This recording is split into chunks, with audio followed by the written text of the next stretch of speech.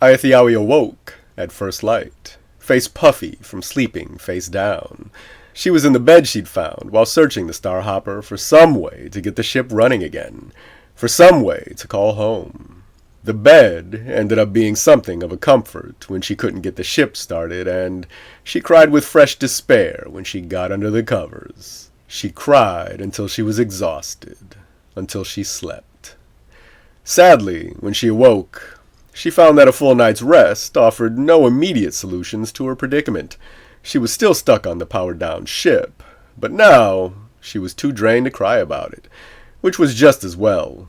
Crying wouldn't start the engines or bring her any pity like it did at home. Besides, there was no one here to fall for her tears. Only a gang of murderous rat-tailed aliens waiting just outside. Just for her. Aethiawi shuddered at the memory of their rage. After a while, she decided to get out of bed and made her way back to the control room to try to turn the ship on again. After about half an hour, and the bright idea to look through the datapack she got from Phaedra, she found the ship's new user program and figured it out. But it didn't matter. Orane still refused to strobe back to Erissus 3. The AI refused to give her manual PRF control, and Aethiawi couldn't reset the ship to its factory settings without Orane's permission, which it wouldn't give. The AI also refused to make any calls to any number not pre-authorized by Rasian Alum. That bitch. Not only was she dead, but any hope of reviving her also died when she was ripped apart by those monsters outside. Over an hour passed of haggling with the AI, and Aethiawi eventually got Orane to cooperate a little, though not with going anywhere or calling anyone. She got it to dispatch a house bot to clean up the vomit and the blood and the gore left over from the fight in the control room. When the bot was done freshening up the room, Aethiawi sat slumped back in the command chair like a soggy noodle. She started to think. The blinking lights of the room's control board twinkled in her pouty light brown eyes as she stared through the observation bay windows. Her night-black skin contrasted sharply with the lighter gray fabric of her seat. None of her arguments to get Orane to go back to Erissus 3 had worked, and she couldn't think of anything more convincing to say. She couldn't mimic Nalum's voice, and the stupid AI wouldn't give her access to any of the woman's vocal recordings. She furrowed her brow even more and growled out of frustration, a growl which grew into something between a yell and a bark. Pulse racing, fingers gripping armrests, she swiveled around in the chair and came to focus again on the strange light-warping thing on the pedestal in the wall. It was fascinating to look at. Relaxing. She looked and still couldn't seem to make sense of its shape. Without noticing that she had even moved, she was standing in front of the thing, leaning forward until her face was mere centimeters above it. What in Phelo's eye? The Muziengu call it a Ragoga, Orane answered. A Ragoga. That is correct, although a Ragoga is more closely related to what you would call a yo-yo, a child's toy. This device, on the other hand, was designed to be a weapon. There is no cord. Its connection to its control ring is by a unique and invisible bond. The Muziengu consider it divine, forged from the darkness that swallows great Chiff. They call it the Lojazi Raka. Translated into Udo-Gensalat, the name means Judge of Shadows, a fitting tool for the Master of Fortune and a symbol of the reign of Rasian Alum. Great Chiff? Aethiawi interrupted. Her tone demanded a definition, but her mind was racing, impatient. There was too much she now needed to know. Wait, what the hell's a Muziengu? The Muziengu are... Hold on. What's today? According to the Gillis Standard Galactic No! On Erissus 3. It is Gillis. Gillis? Today's the spacewalk. Orane, call Phaedra. Miss Go. Phaedra's mechanical translator still modulated the creature's voice in strange ways, but Aethiawi could tell the big alien was happy she called. Phaedra was on the verge of speaking again, but the dark young girl interrupted her. This crisis could not wait. Phaedra! I'm stuck on some planet. I don't know where. I took my ship for a little ride, and that loony bitch Nalum was on board, and she tried to kill me. And she had the ship strobe away from Erissus 3, and now she's dead. I don't even know what this place is called. The ship's IA won't listen to me, and there are these killer rat-tailed aliens outside. A choppy, gurgling noise full of static issued from the control room speakers, and Phaedra's vidcast image was shuddering and rocking from side to side. Phaedra? What's the Are you laughing? Yes, forgive me, Miss Go. The large alien waved one of her huge hands toward the screen, as if this simple motion would calm the girl. But this is an amazing development. Amazing development? Are you crazy? Phaedra chuckled. Not in the least, child. Very much the opposite, in fact. But more importantly, I'd like to congratulate you on finding a challenge worthy of your already legendary luck. What? Don't congratulate me. Help me get home. No, that is your difficulty to overcome, Miss Go. Yes, I suspect it is only right, now that I consider the circumstances surrounding your absence.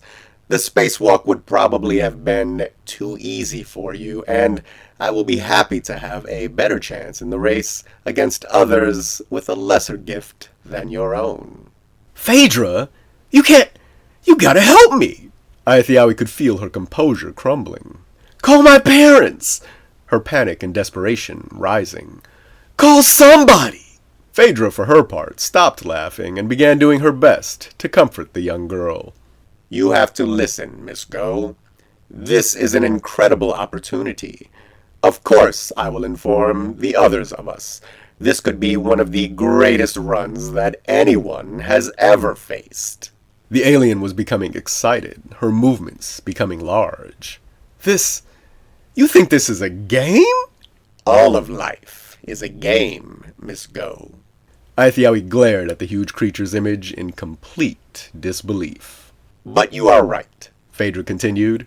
Relief flooded Aethiawi's body. Finally, she was going home. It would be unjust to exclude you from the betting. Aethiawi was stunned. Phaedra was crazy. What would you like your wager to be on whether or not you ever make it home? Fuck you, Phaedra! The dark young girl screamed and then slammed her hand down on the controls, ending the call. She called back 5 minutes later. Phaedra's line was the only one she knew that Oran-A would connect her to without Rajan Alam's permission. Aethiawi knew the line would only be active for the day, and she couldn't stand to be alone just then, even if her only company was light years away and out of her fucking mind. Allow me to supply you with the information that I believe will help you to accept and adjust to your current situation, Phaedra offered. She didn't seem offended at all by the young girl's earlier outburst, but Aethiawi apologized anyway, and begged the big alien to talk to her until it was time for the creature to depart for the run.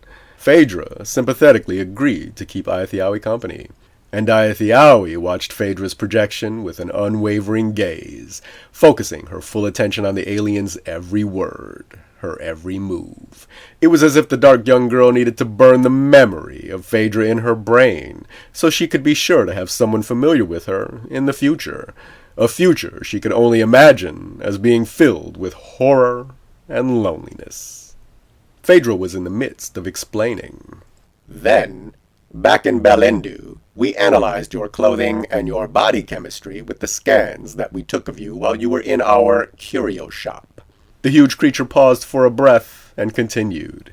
Even with the alarmingly high concentrations of poisonous and psychoactive substances left over from what you have ingested throughout your young life, you are a normal adolescent human female in every aspect.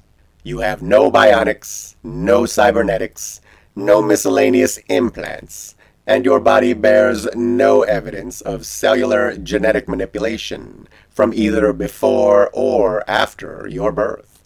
Furthermore, your clothing was made up of simple fibers and bits of unremarkable metal, which is to say that we found nothing material to explain why you survived the failure of your gliding craft. Phaedra paused again to make sure she had the young girl's attention. Following the stimulus that my colleagues provided to you in our curio shop, we asked those questions of you because we believe that everything is, that Anything can be. If you had answered yes to any of our questions, you would not have been for us, and the interview would have ended. But your answers to our questions left only one possible explanation for your survival. Aethiawi's expression begged for the giant to continue. Luck, Phaedra said matter-of-factly. Luck? Aethiawi's voice echoed her surprise at this conclusion. Her expression showed her disappointment with the concept, curled lip and all. That is correct. Well, yeah, I was lucky. So what? People are lucky all the time. Phaedra nodded knowingly. Yes, many beings are lucky all the time, as you say, but they are lucky in small matters, with mostly inconsequential things. These beings simply benefit from statistical realities. But there are beings who are far, far more fortunate than most. Their luck defies logic and flies in the face of statistics. Phaedra began to gesture with the excitement of her explanation. These are the beings that unerringly win the largest pots when playing games of chance. These are the beings that survive wounds to the main controller organ with no ill effects. These are the beings that survive a 1,000-meter fall into a river of lava. A guy in a shimmer suit cut in, sticking his head partially in range of Phaedra's vidcam. What Phaedra here has taken her sweet time telling you is that you're special, kid. Way more special than most of the poor slobs fumbling around in the universe. Think about it. The odds that anyone could have survived that fall you took are astronomical. And the funny thing is, you could probably do it again. Astronomical. Quite right, Phaedra echoed. There is no reason you are luckier than most. And as far as we can tell, there is no pattern to who gets to be extraordinarily lucky over those who do not. Additionally, no personal motivation has been observed to make one luckier than any other. She paused to take another breath and concluded with, It is a fascinating universal whim. Huh, Aethiawi stated. Yes, that is a fair response.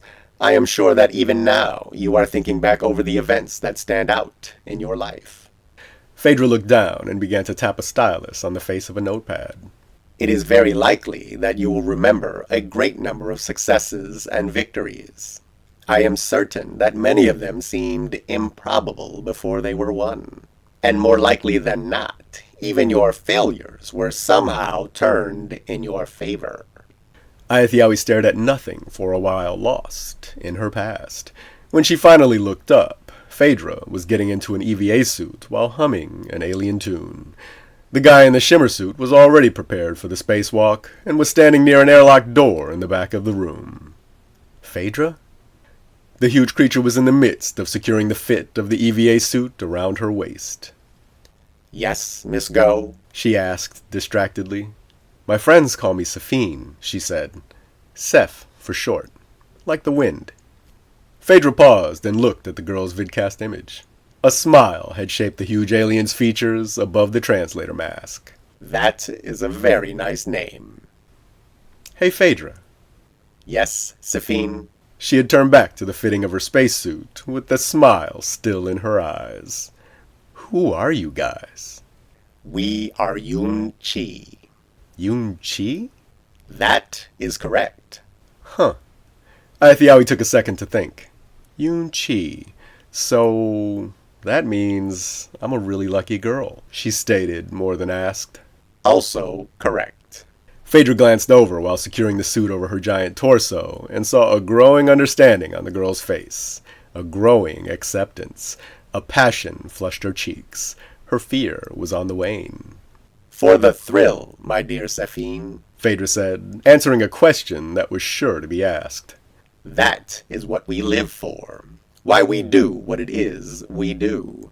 To succeed where one should fail. To succeed where others would most certainly fail. To win the pot is simply a pleasant consequence of our contests. A moment passed while Phaedra gathered her thoughts. Each one of us has their own reasons for choosing a life of exaggerated risks and for entering a run of luck. But for most, the greatest reason beyond the thrill of the run itself is to compete against other Yun-Chi, to prove that your luck is the greatest among your peers. That is the greatest thrill of all, even though this is a mostly temporary achievement. Aethiawi watched Phaedra in silence. Her pulse had quickened with the memories she'd dug up while listening to the four-eyed creature's explanations. The young girl's fear had disappeared, and at that moment, she felt like she could do anything. The horrible madness she had so recently railed against was becoming a wonderful insanity. Phaedra turned and fixed Aethiawi with a piercing gaze that bore through the vidcast deep into the young girl's shiny light brown eyes. The alien's voice issued softly from the little round speaker in her mask. I must go soon, Safine, but before I do, allow me to give you some perspective and some advice about this newfound aspect of your life. Back on Erissus 3, your appearance at the bottom of Fire Canyon interrupted a run of luck. Aethiawi stared back at Phaedra's image, not sure of where the huge alien was going with this train of thought. Phaedra continued. Your survival at the bottom of Fire Canyon put an end to the contest. It was one of the final and most dangerous runs of this year's gauntlet. It was a run that many feel you won due to the outrageous degree by which your luck aided you in escaping death unscathed in the face of such enormous odds.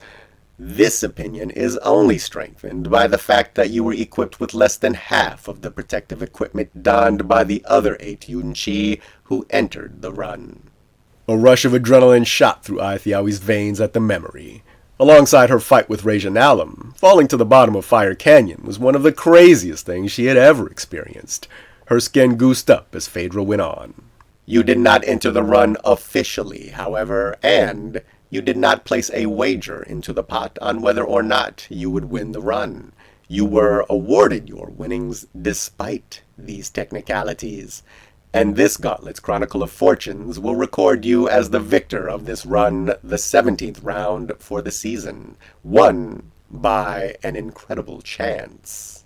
The intense focus of Phaedra's unwavering stack of 4 eyes continued to increase Aethiawi's excitement. Word of your extremely good luck has already reached the ear of every Yun-Chi on Erissus 3. Within the week, every Yun-Chi in the Wedge will have heard of this instance of your incredible fortune. You are famous, Aethiawi Go. This has inspired awe and appreciation by many Yun-Chi not present at the run. But others of us, none more so than those you beat at the bottom of Fire Canyon, grumble with envy. In addition to taking their valuable wagers, your unconventional victory shook their pride. That is an affront far more injurious than simply taking a few physical possessions. From now on, you must be on your guard, young lady. Yun-Chi can be jealous and petty and dangerous when they are outshined by another, especially so in a case such as yours. Before this year's 17th run, which you entered unexpectedly and won unequivocally, you were an unknown. As a result, your luck is considered unproven, untested, and many feel that you are unworthy of your victory. Phaedra paused again to organize her thoughts. Throughout your life, you will meet many of our kind. They will call their gift many things, and you will not be able to easily discern those who mean you well from those who jealously mean you harm. Phaedra moved closer to her satcam. Her face took up almost the entire feed. Now listen closely.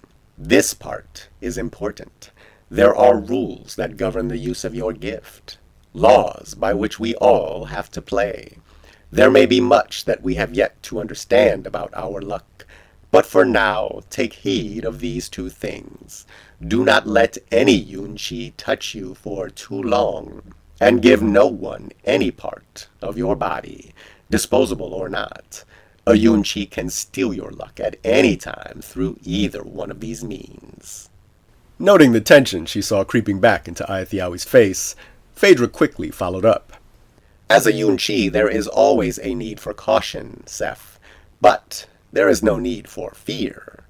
Yes, you may find hostility, but you may also find warmth and friendship. You should not run from us. If you do, we will seek you out anyway because of all the astonishing things that you will do. Embrace this sudden new aspect of your life with courage. Respectfully engage your well-wishers and face your aggressors down. The big alien straightened her posture encouragingly and moved back a step. Most importantly, I myself have found it very useful to remember to use good manners when dealing with your fellow Yun-Chi. You may find that you are able to win over envy and spite with grace and kindness. As the human expression goes, you will catch more flies when you use honey to bait your trap than you will catch if you bait your trap with vinegar. Aithiawi couldn't help but smile at Phaedra's overly precise sentence construction. All right, Phaedra, I'll play, she said, seriously thinking for the first time that for her, life might just be a big game after all. And I'll be gracious, too. And remember to avoid any lingering contact. Right. Not too much touching. And do not gift any part of your body, not even a hair. And no keepsakes. Good. Phaedra? Yes, Safine? The dark young girl leaned closer to the screen with a wry smile reflecting her growing confidence, as if she were about to tell a great joke that only she knew the punchline to. I want to wager everything I won from Fire Canyon. What? Oh! And Phaedra's laugh, filled with pleased surprise, rippled and crackled out of the Starhopper's control room speakers.